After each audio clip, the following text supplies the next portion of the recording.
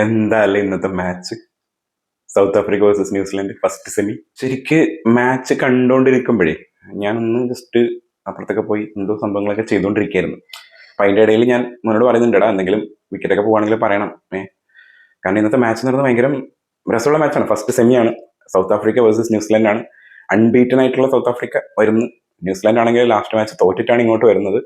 പക്ഷെ ആ മാച്ചിൽ തോക്കുമ്പോഴും ന്യൂസിലാൻഡ് ഫസ്റ്റ് 159 റൺസ് എടുത്തിട്ട് ഇംഗ്ലണ്ട് ജയിച്ചത് ലാസ്റ്റത്തെ 3 ബോൾ ബാക്കി നിൽക്കുമ്പോഴാണ്. അപ്പൊ അവിടെ തന്നെ ന്യൂസിലൻഡിന്റെ ബൗളിംഗ് കുറച്ച് ശക്താന്നുള്ളത് കാണിച്ച് തന്നിട്ടുണ്ടായിരുന്നു. കാരണം അന്നത്തെ മാച്ച് എന്ന് ഏകദേശം തുല്യ ശക്തികളുടെ മാച്ചാണ്. അപ്പൊ ഇന്നത്തെ മാച്ചിന്റെ സംഭവം എന്ന് പറഞ്ഞാൽ, ഒരു ഉത്സവം കഴിഞ്ഞ് ആറാട്ടുള്ള സമയത്ത് അല്ലെങ്കിൽ ഒരു പൂരത്തിന് പടക്കം പൊട്ടുന്ന പോലെ വെടിക്കെട്ട് പൂരായിരുന്നു ന്യൂസിലൻഡിന്റെ വക. കാരണം സൗത്ത് ആഫ്രിക്കയാണ് ഫസ്റ്റ് ബാറ്റ് ചെയ്തത്. 169 റൺസ്, ഭയങ്കര അടിപൊളി സ്കോറിലെ ഒരു ഡീസന്റ് സ്കോർ. അത് 169 റൺസിൽ 8 വിക്കറ്റ് പോയിന്റ് ചെയ്തായിരുന്നു. അവിടെ തന്നെ ന്യൂസിലൻഡിന്റെ ബൗളിങ്ങിനെ കുറിച്ച് നമ്മൾ എടുത്തു പറയുന്നുണ്ട്. പ്രത്യേകിച്ച് ലാസ്റ്റ് ഓവർ എറിഞ്ഞ മാറ്റ് ഹെൻറി, ആ ഒരു ഓവറിൽ എന്തോ 4, 5, 6 റൺസ് അങ്ങനെ എന്തോ പോയുള്ളൂ, 2 വിക്കറ്റ്. ആളുടെ ബൗളിംഗ് വേറെ ലെവലാണ്. പിന്നെ അതുപോലെ മിച്ചൽ സാന്റ്നർ എക്കണോമി പിടിച്ചിട്ടുള്ള ബൗളിംഗ് ആണ്. അവർ ഏകദേശം ആ ഒരു 169 ഒതുക്കി എന്ന് പറയാം. കാരണം ഡീസന്റ് സ്കോറേ ആക്കാൻ പറ്റുള്ളൂ. പ്രത്യേകിച്ച് ബാറ്റിങ്ങിലാണെങ്കിലും സ്റ്റാർട്ടിംഗ് ഒക്കെ ടോപ്പ് ഓർഡറൊക്കെ ഫെയിൽ ആയിട്ട് നിൽക്കുന്ന സമയത്ത് മാർക്കോ യാനിസിൽ വന്നാണ് 55 അടിച്ചിട്ട് ആ ഒരു ഡീസന്റ് സ്കോറിലോട്ട് എത്തിച്ചത്. അത് കഴിഞ്ഞ് ന്യൂസിലൻഡിന്റെ ബാറ്റിങ്ങിലാണ് കേട്ടോ ശരിക്ക്.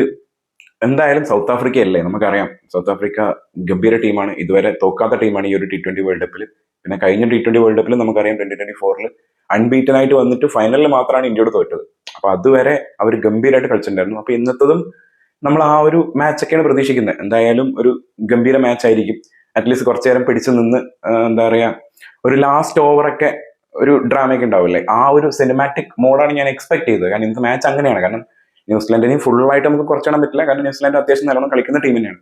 അവർ അത്യാവശ്യം നല്ല ബൗളിംഗ് ടീമാണ്. അപ്പം ആ ഒരു ഇതിൻ്റെ അകത്താണ് ഞാൻ എക്സ്പെക്ട് ചെയ്തത് ഇന്നത്തെ മാച്ച് അങ്ങനെയായിരിക്കും. ചിലപ്പോൾ ലാസ്റ്റ് ഓവറിൽ ഒരു ഇതിലൊക്കെ പോയിട്ട് ചിലപ്പോൾ സൗത്ത് ആഫ്രിക്ക തന്നെ വിൻ ചെയ്യാം. കാരണം ന്യൂസിലാൻഡ് ഓൾറെഡി തോറ്റിട്ടൊക്കെ ഉണ്ടല്ലോ.